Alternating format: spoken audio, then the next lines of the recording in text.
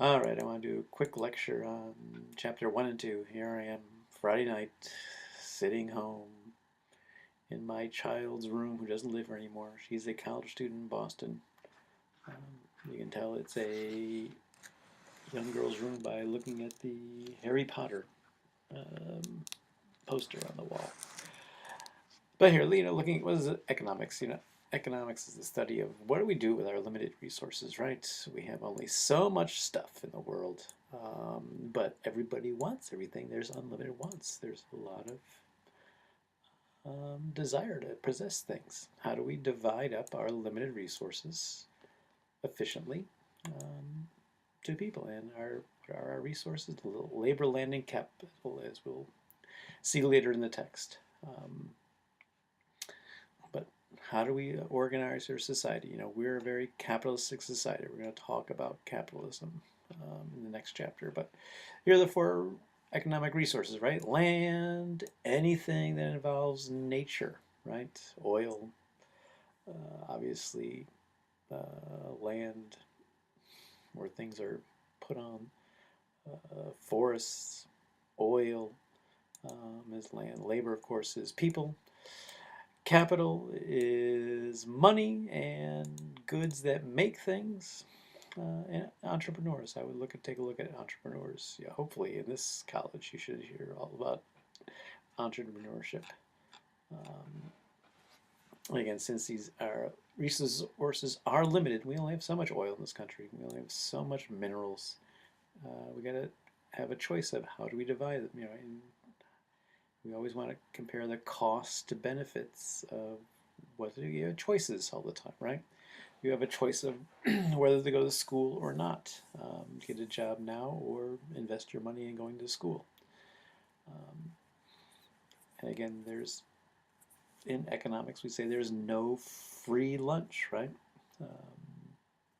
Everything, if you make a choice, there's going to be cost involved, right? There's a cost in going to school, Lord knows. Your time, your effort, the money you have to put into it. Hopefully it pays out in the end. Statistically, it does prove that it does.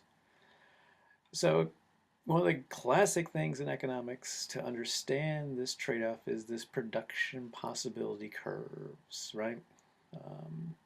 Production can be shifted to, like, say, to make life simple. Again, we use all these simple models in economics to try and understand things. To try to understand our limited resources and how we divide them up, how we make choices, what our opportunity costs. So these production possibly are downward sloping because resources are limited. This is a multiple choice question on this week's homework. Let's take a look at one of these. I'm actually going to skip ahead and go to one of these production possibility curves. There we are. So here we get a choice, right? And again, it's a simplistic simplistic model, but it is very useful. Where we got civilian goods here on this axis over here, that of course that would be your y-axis, 0 to 90, and over here we spend on military goods. So this society has a choice to producing between these two things, and basically every society has this choice. We spend a lot on our military in this country. So points along the line, A is we're spending all of our basically money on civilian goods and no military goods. We're down here at D, we're spending all our, again, resources on military goods and none on civilian goods. So here, say we're at point C. This is a question on the homework. It's going to be a question on the first test too, right? So at point C on this production possibility curve, against this downward sloping because there's limited resources. We're doing 40 military goods and 40 civilian goods. Say we want to move to B, point B, where we can produce 70 civilian goods. So they're increasing civilian goods by 30, right? There's no hard math here. What's basically the opportunity cost is there's a decrease in military, right? So if we go from 40 to 70, civilian goods, there will be what's the loss in military goods, and of course it's the difference between here, right? Because now it's going to be at 20, it was at 40, so 20 is the difference. It's really not that hard, the math here. And again, point F is where basically we're not producing it an efficient amount, right? We are underutilizing our resources, which happens all the time, right? Right now, this country is underusing its resources. I think it's right about 12% right now. We have underutilization, not using all our, of course, there's a lot of factories that are not being used right now, a lot of people unemployed. So a lot of times most economies are always not going at the optimal point on their production possibility curves. Point E is an impossible point, right? That is not realistic in this case, because basically this whole curve is the complete production possibility curve. All right, should be fairly simple to understand. Let's scroll down. And again, this can move out to E. The production possibility curve can increase that an economy grows, right? There's new technology, better training of your workers. So it basically expands the economy out. Or foreign trade will also expand someone's production possibility curve out. Again, these will be simple questions on the homework and on the first test. Again, F is basically where you're not utilizing all your resources. Again, it's normally the case. And then point E is an impossible point, except if the economy grows through foreign trade is one, and as the economy increases. All right, let's see. So here, talking about those 5 economic goals, full employment. Again, this is the dialogue box, the discussion board for this week. Full employment, right? Should we get more people to work? And of course, this is one of the key ones nowadays because there is a lot of unemployment around there and a lot less opportunities for you when you graduate college. Hopefully this will change.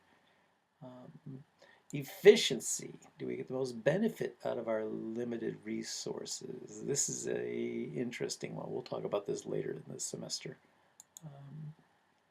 Economic growth, of course, again with full employment, there's also economic growth. But right now the economy has been growing, but unemployment is still sticking. And then the economy is growing one way because the stock market is doing really well, except for today was a bad day. This whole week's been a bad week. But there hasn't been the fair distribution of income. The wealthiest have gotten a lot bigger slice of the pie in the last 20, 30 years. So the president will be talking about this in his State of the Union address, talking about income inequality. What can government do to try and cut this down? It's a very difficult question. And again, stable prices, again, inflation or deflation. Inflation prices going up, deflation prices going down. This, for a lot of economists, is one of the key things to look at. And the problem is if you look at this too much, stable prices, maybe you're not doing full employment. But we'll talk about that actually later in the semester also. Is to take a look at the income inequality problem. Here this red line is the top 1%, and then basically their income. A little bit of a up and down here, but generally if you look at the straight line here, it's going up. Where if you look at the other parts of the people, again, the top 20% doing all right, but then the other people are hardly moving at all. And sometimes going down for the lower part. So here's this income inequality question. It's a difficult one. And what do you do to solve it? Because if you put a lot of money into programs to help people get jobs, then you add to this thing, right? Take a look at this graph, the national debt. from the turn of the century up until, this is just 2009, has gone off the roof since there actually. But is this a axe coming down on your generation? How much we are borrowing money, the U.S. debt and debt just in by individual people too, with their credit cards and borrowing, and the government. There's just a huge amount of debt out there nowadays. It is a little scary.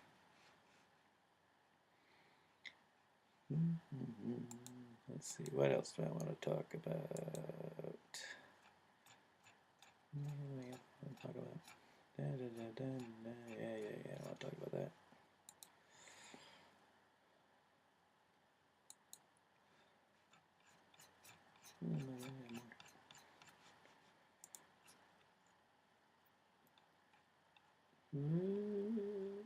Hang on, I'll find it.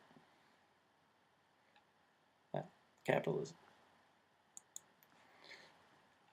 All right, so basically this is a capitalistic society. What is capitalism anyway? That's basically markets decide prices, markets decide how we divide our resources, and the markets are basically you and me buying things. If we think something is good, like iPads, these tablets, we'll go out and spend money on them, and then again, if everyone's buying something, the prices will go up generally, and then because basically society puts more value into it, and then the people that are building these things will make more money. The market decides about prices and what gets produced. And Adam Smith, he's probably the first economist. He writes a book, The Wealth of Nations, in 1776.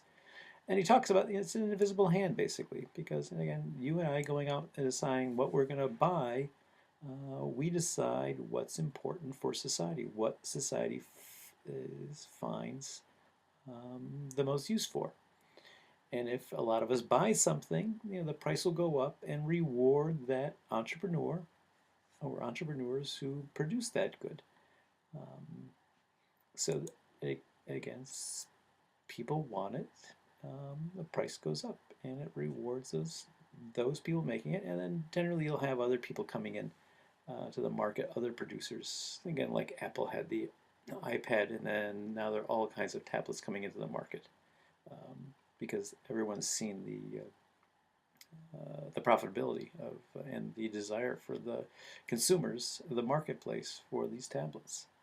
And again, in this country, we have this limited government intervention. We don't have the government that much involved in the economy, though the government is involved in the economy. There's a lot of regulation goes on, especially with banks and healthcare, of course, and other parts of the economy.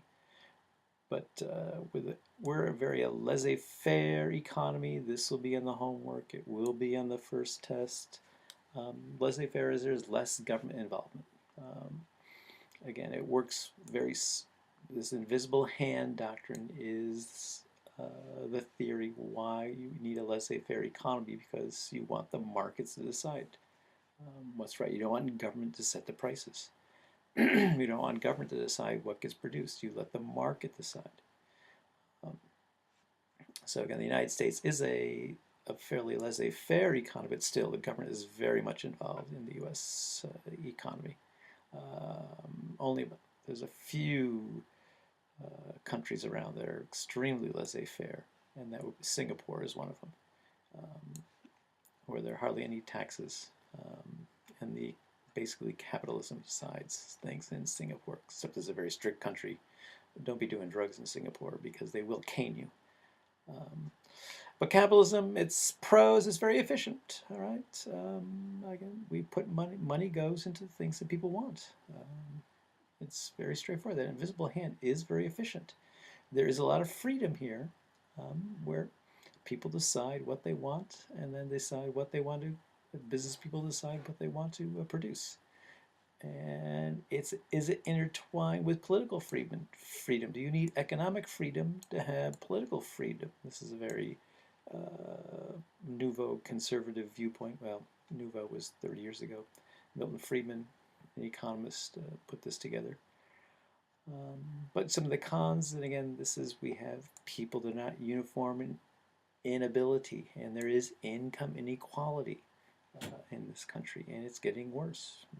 Do we want to be a country like Mexico, or Brazil, where people live in gated communities that have money and everyone else envies them? And you have to be very careful if you have money in those countries. You have to have private security. And again, here in this country, money talks. Again, people with influence generally are people with money. It's not poor people. And again, if you don't control, and again, here's one way the U.S. government is involved in the economy is we have a lot of environmental laws because businesses are left to themselves.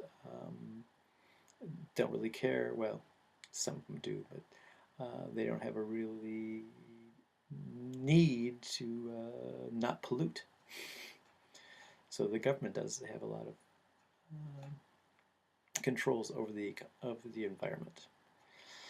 So there is also socialism out there where you have public ownership of business. China is like this, right? China has a large part of their economy is owned by the government, and people work in factories and work in the economy that are owned by the government, where you get centralized decision making. North Korea, of course, and Cuba are two of the most extreme cases in the world, where you have centralized decision making.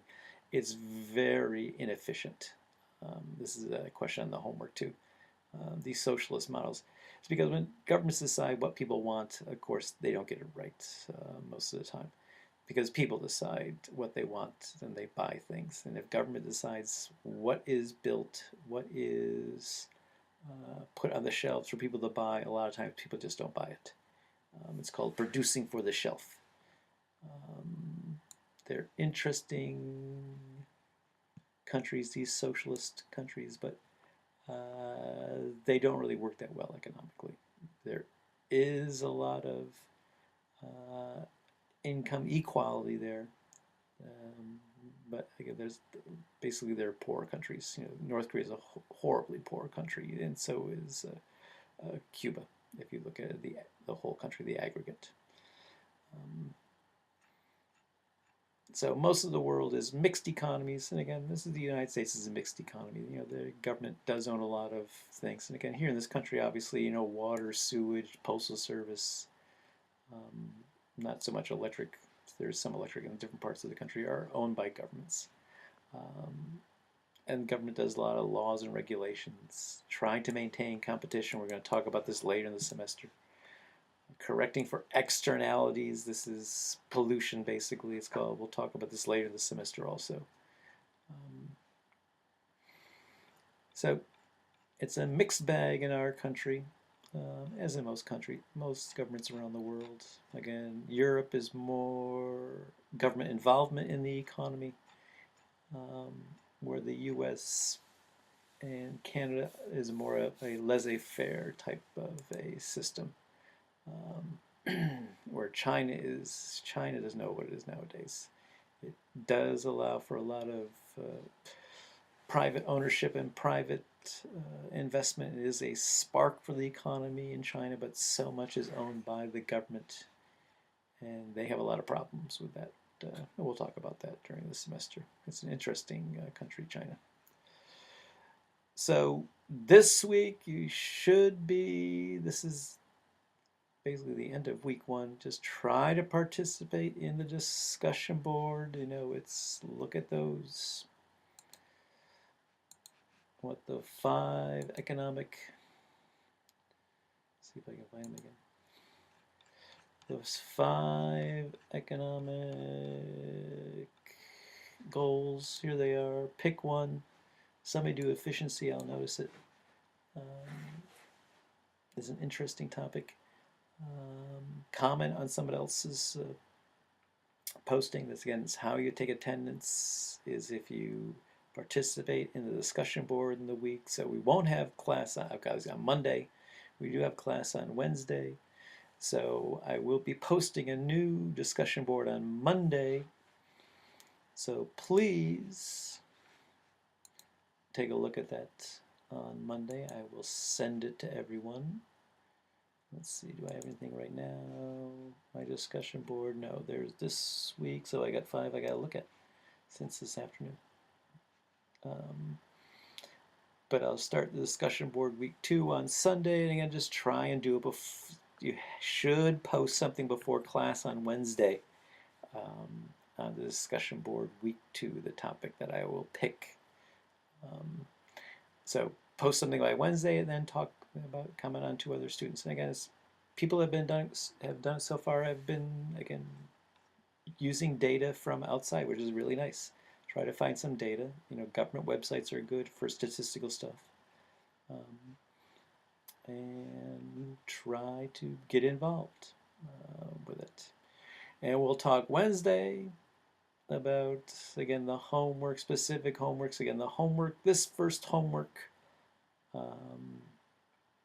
there's just multiple choice questions. It's a simple one. Again, you can take it as many times as you want.